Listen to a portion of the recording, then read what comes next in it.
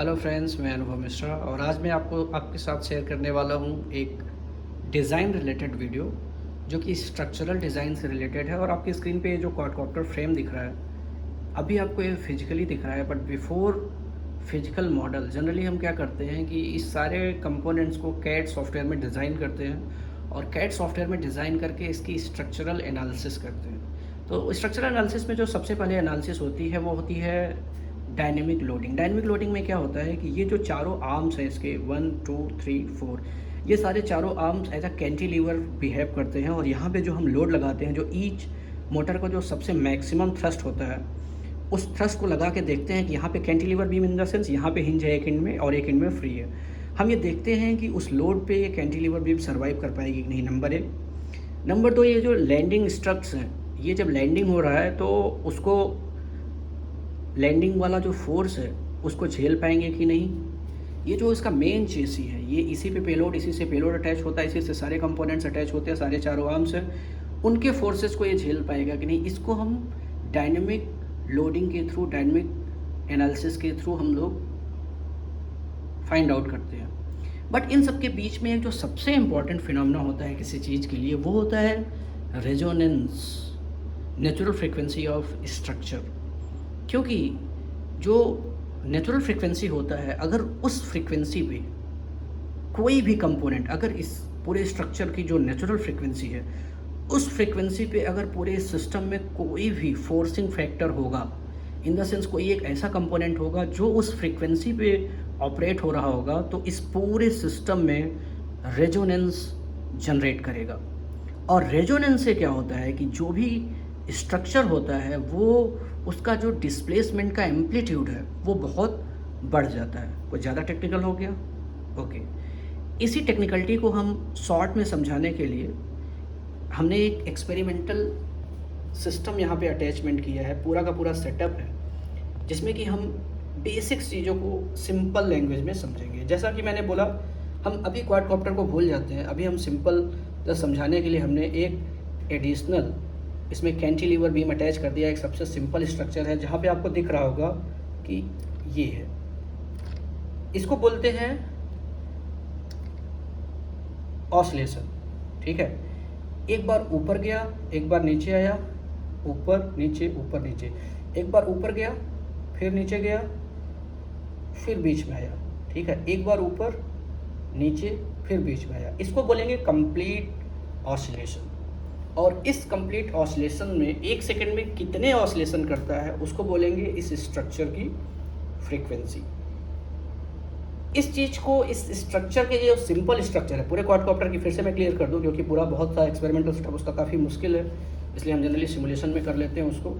तो जो इसलिए हमने आपको समझाने के लिए किया है कि जो इसका रेजोनेंस होता है, जो रेजोनेंस इतना इंपॉर्टेंट क्यों है और नेचुरल फ्रिक्वेंसी इस स्ट्रक्चर की कैसे निकालते हैं, उसके बारे में हम थोड़ा लोग डिस्कस करेंगे। और उसी के लिए मैंने पूरा का पूरा एक्सपेरिमेंटल सेटअप डिज़ाइन किया है।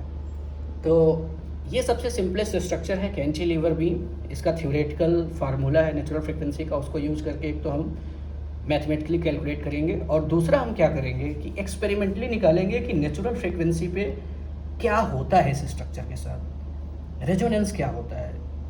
तो उसके लिए हमने क्या किया है कि इस सिस्टम को वाइब्रेट करने के लिए हमने कहा कि इस सिस्टम पे एक मोटर लगा हुआ है, जो कि आप देख रहे हैं, ये मोटर की शैफ्ट है। और मोटर की शैफ्ट में एक इसेंट्रिक मास लगा हुआ है। एक्चुअली मास क्या है, एक मैग्नेट है।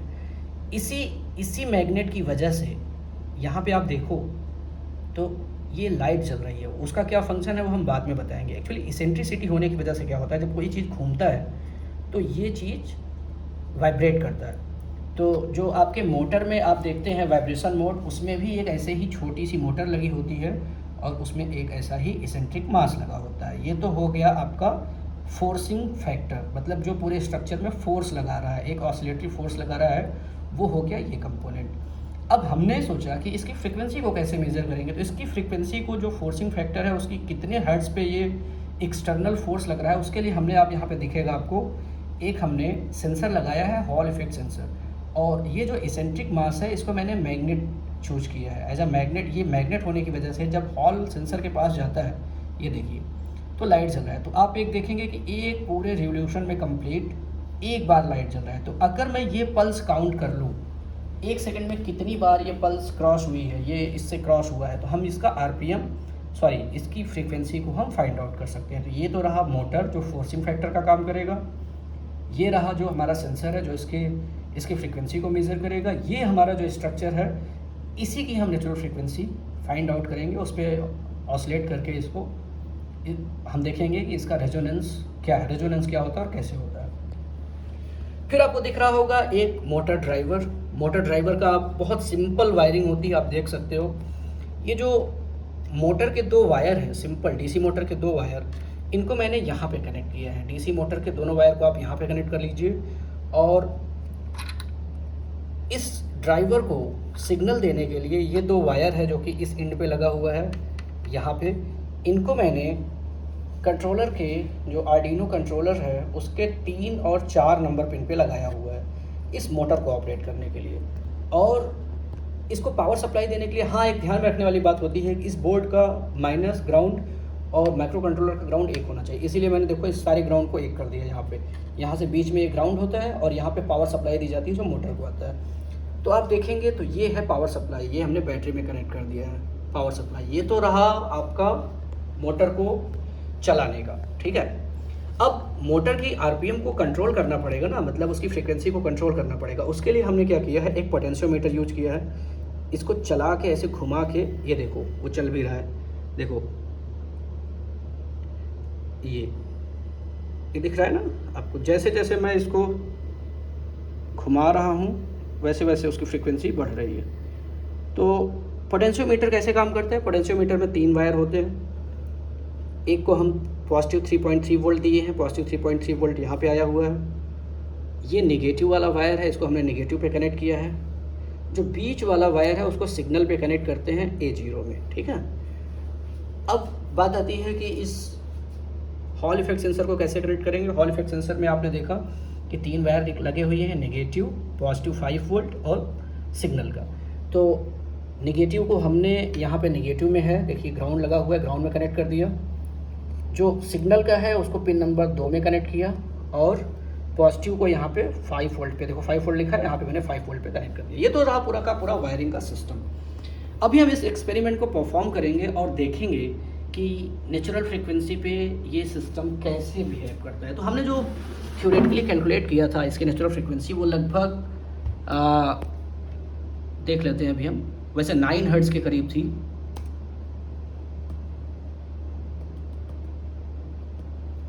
ठीक है, तो नहीं, हम देख लेते हैं एक बार कंप्यूटर में क्रॉस वेरीफाई कर लेते हैं। मैंने उसका एक कोड बना के रखा है एक्चुअली।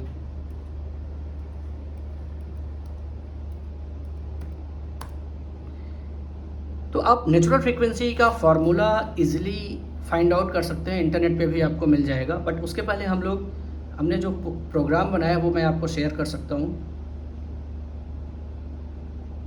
ये रहा प्रोग्राम में हमने क्या किया है, जो भी फार्मूला है नेचुरल फ्रीक्वेंसी का, आप कैंटिलीवर बीम का नेचुरल फ्रीक्वेंसी का फार्मूला इंटरनेट पे बहुत ही आसानी से देख सकते हैं। उस फार्मूले को हमने कोड में कर दिया है, बस हमने कोड कर दिया है बस एक्चुअली। वैसे कैलकुलेटर से भी हो जाएगा, लेकिन कोड करने पे मेरे लिए थोड़ा सा ज़्यादा आसान पड़ता है क्योंकि फट से हो जाता है एक ही साथ ना। ये देखिए अभी सीरियल मॉनिटर,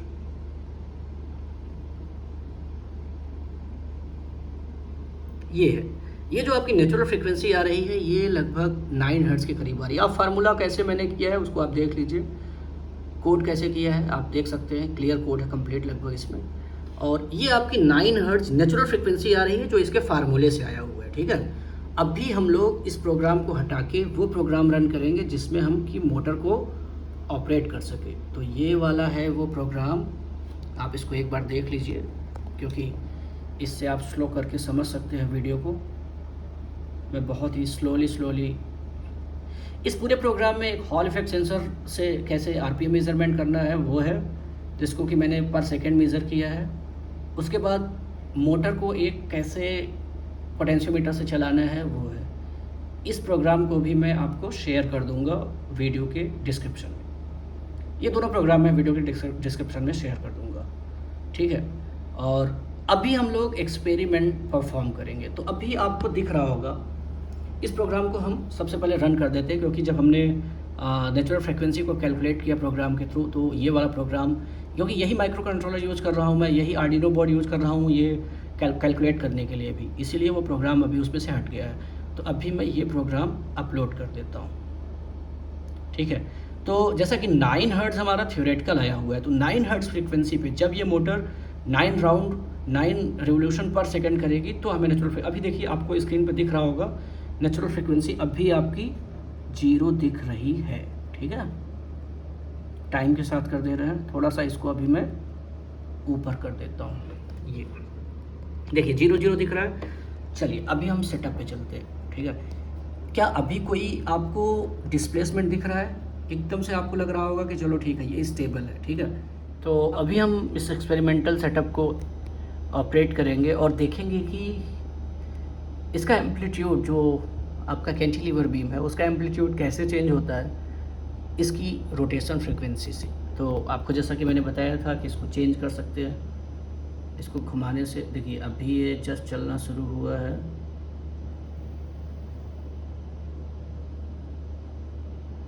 काफ़ी सेंसिटिव है ये। तो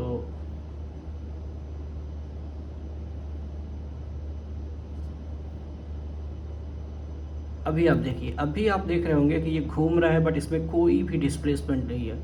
आप अभी देखिए जो फ्रिक्वेंसी है वो आपको दिखेगी, और वो फ्रिक्वेंसी है लगभग 6 के करीब। और जो आपने कैलकुलेट किया था फ्रिक्वेंसी, वो किया था लगभग 9 या 10 के करीब था, 9 पॉइंट समथिंग था। तो अभी हम लोग इसको थोड़ा सा और तेज़ घुमा के देखते हैं।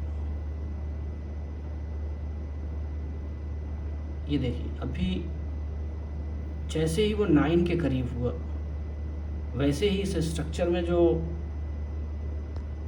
जैसे ही 9 के करीब जा रहा है, आपके स्क्रीन पर दिख रहा होगा, जैसे ही वो 9 के करीब जा रहा है फ्रीक्वेंसी, वैसे ही इसका एम्पलीट्यूड बढ़ गया। और इसी को बोलते हैं रेजोनेंस। जैसे ही वो फ्रीक्वेंसी रीच हुई वैसे ही इसका एम्पलीट्यूड बढ़ गया पूरे डिस्प्लेसमेंट का। और जैसे मैंने इवन अभी आपको लगेगा कि चलो ठीक है अभी 4-5 था, अभी 10-12 हो गया इसलिए बढ़ गया, लेकिन नहीं। अभी आप देखिए, अभी आप देखेंगे तो कोई भी डिस्प्लेसमेंट आपको नहीं दिख रहा है, मतलब थोड़ा बहुत है लेकिन उतना डिस्प्लेसमेंट नहीं है जितना 9 हर्ट्ज़ पे था। और यहाँ पे फ्रिक्वेंसी आप देखिए तो काफ़ी है फ्रिक्वेंसी, है ना, 14 के करीब है, 17 है, लेकिन अभी भी उतना 14-17 पे उतना इसमें डिस्प्लेसमेंट नहीं है। धीरे धीरे जैसे हम फ्रिक्वेंसी बढ़ाते जाएंगे 9 के मल्टीपल में, वैसे वैसे ही इसका second mode, third mode, fifth mode, fourth mode, fifth mode, ऐसे ही इसमें मोड्स ऑफ वाइब्रेशन जनरेट होंगे। तो जो पहला मोड होता है उसको नेचुरल फ्रिक्वेंसी का फर्स्ट मोड बोलते हैं, फर्स्ट नेचुरल फ्रिक्वेंसी बोलते हैं। अभी हम देखेंगे इसको हायर आरपीएम पे घुमाने के बाद जो उसके मोड ऑफ वाइब्रेशंस है उसका पूरे इस स्ट्रक्चर पे क्या असर होता है, ठीक है। तो चलिए अभी हमने देखा कि फर्स्ट मोड ऑफ वाइब्रेशन पे क्या इफेक्ट आया। अभी थोड़ा हम इसको और आरपीएम पे घुमाते हैं, ठीक है। ये अभी देखिए कोई बहुत ज़्यादा फर्क नहीं, एक ऐसी फ्रीक्वेंसी आएगी पार्टिकुलर फ्रीक्वेंसी जिसपे कि पूरा का पूरा स्ट्रक्चर डिस्प्लेसमेंट ज़्यादा हो जाएगा। वो दिख रहा है अभी इसमें, देखिए अब इसकी जो मोड ऑफ वाइब्रेशन है शायद आपको सही से नहीं दिखेंगे, लेकिन अभी इसका जो शेप भी है ना वो भी चेंज हो गया। देखिए जो किनारे पे वाइब्रेट कर रहा था अभी आप देखेंगे तो ये बीच में आपको वाइब्रेट करता हुआ दिखेगा। देखिए ये पूरा का पूरा बीम बीच में कहीं वाइब्रेट कर रही है, और बीच में वाइब्रेट करने के साथ साथ ये पूरा का पूरा एक अलग टाइप की नॉइज़ भी जनरेट कर रहा है। और इसका असर क्या हो रहा है पूरे स्ट्रक्चर पे वो देखिए, ध्यान दीजिएगा यहाँ पे हो रहा है, यहाँ पे अगर आप ध्यान से देखें, अभी चलो मैं एक ग्लास रख के दिखाता हूँ, ठीक है। अभी सपोज दैट इस स्ट्रक्चर में यहाँ पे मैंने ग्लास रख दिया, ये देखिए ये वाइब्रेशन बहुत तगड़ा वाइब्रेशन है इधर पे, इसके सेंटर में है, यहाँ पे आपको नहीं दिखेगा क्योंकि ये जो इस मोड में क्या हो रहा है, इसका मोड शेप इसको बोलते हैं। शुरू में क्या हो रहा था, वाइब्रेशन यहाँ पे आ रहा था, अभी वाइब्रेशन आपका कहाँ पे आ रहा है, इस जगह पे आ रहा है, इस वाले पॉइंट पे आ रहा है, इसको बोलते हैं मोड शेप, ओके। अभी इस वाइब्रेशन का क्या असर होने वाला है पूरे सिस्टम पे, आप वो देखिए। जस्ट सपोज दैट इस स्ट्रक्चर पे हमने ये यहाँ पे ये ग्लास रख दिया, ये देखिए। तो क्या मैं ग्लास में कोई मोटर लगाया हुआ हूँ? नो। लेकिन आप अगर देखेंगे तो ग्लास ये ऑटोमेटिकली घूम रही है, दिख रहा है? ये आपको ग्लास घूमती हुई देखिए। यहाँ पे कोई घूमने वाली चीज़ है? मोटर तो इस एक्सिस में घूम रही है, लेकिन ग्लास देखिए कैसे घूम रही है, ये देखिए और नज़दीक से देखिए, है ना? यही कमाल की चीज़ है। इसमें होता क्या है कि ऐसा घूमने की वजह से जो ये बोल्ट्स लगे हुए हैं, ये जो आपको ये सारे नट दिख रहे हैं ना, ये सारे बहुत सारे नट इस वाइब्रेशन की वजह से ऑटोमेटिक खुल के निकल जाते हैं, ठीक है? इसको ध्यान में रखना होता है। इसीलिए पूरे स्ट्रक्चर में अगर स्ट्रक्चर का फेलियर नहीं हो रहा है, फिर भी जो नेचुरल फ्रिक्वेंसी पे अगर कोई कंपोनेंट, देखिए जैसा कि ये वाला आर्म जो इसका कैंटिलीवर बीम है, ये वाइब्रेट कर रहा है, तो उसमें जो इस वाइब्रेशन मोड में पूरी की पूरी ग्लास ऑटोमेटिकली देखिए, और वो घूमे ही जा रही है। आश्चर्यजनक बात है कि वो घूमे ही जा रही है, कोई भी उसमें एक्चुएटर नहीं लगा हुआ है, लेकिन अगर आप उसको देखेंगे तो वो बस घूमे ही जा रही है ना? देखिए, तो ये है नेचुरल, ये है रेजोनेंस। कमाल की चीज़ है, कोई एक्चुएटर नहीं लगा, बस मात्र वाइब्रेशन से, वो भी उसमें सर्कुलर मोशन हो रहा है। आप ऊपर से देखिए, है ना?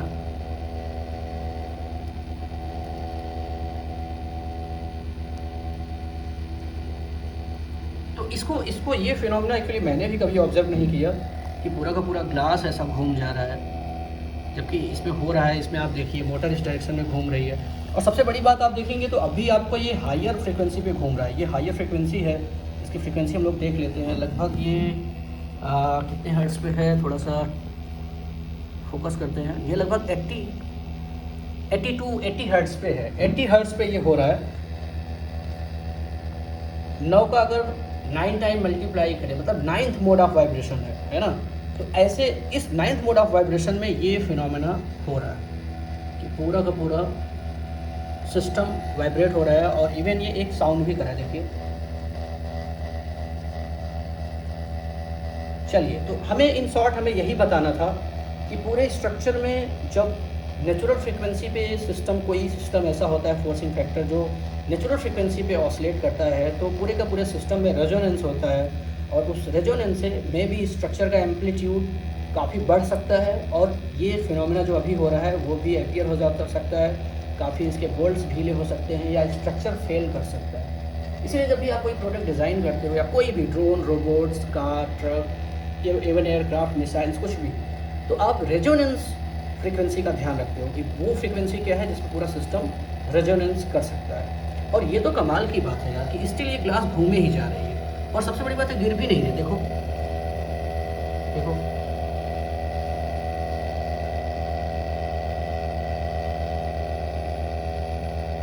है ना? तो थैंक यू। इस वीडियो में अगर आपके कोई कमेंट है, वैल्यूएबल कमेंट है, तो आप हमें ज़रूर बताएं। आपके कोई क्वेश्चन है वो भी हमें बताएं, और आप चाहते हैं कि हम कोई और एक्सपेरिमेंट ऐसा करके दिखाएं, तो प्लीज़ अपने थॉट्स हमसे शेयर करें। हम उसे ज़रूर कोशिश करेंगे परफॉर्म करने को। Thank you.